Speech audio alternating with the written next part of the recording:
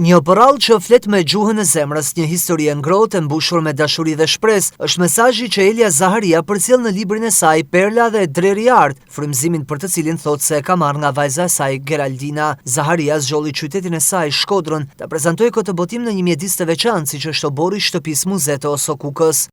Për fëmijët, po jo vetëm, edhe për të rriturit, mesazhet janë shumë njerëzore, shumë të vërteta dhe shumë koherente. Mendoj që është një libër që i flet të gjitha kohërave dhe ndoshta edhe të gjitha moshave, se unë jam mamë vetë, kështu që kur i lexoj pralla vajzës time, shumë gjëra më flasin edhe mua si e rritur. Mendoj që libri drejton vëmendjen tek e vërteta, tek vlerat e vërteta dhe jo te ato materiale apo jo tek ato gjëra që bëjnë më shumë xixa, them unë. Tek gjërat që janë ndonjëherë në stres apo që aty qëndron edhe shpirtërorja.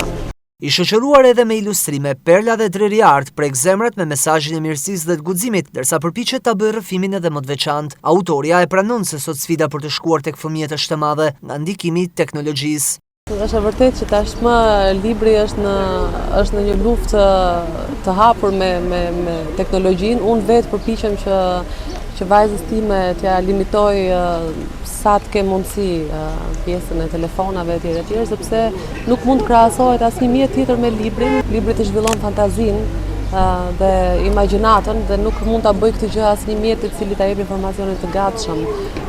Kështu që mendoj që pralla është edhe hapi i parë për të patur nesër lexues. Një vend që ka lexues ka një shpresë.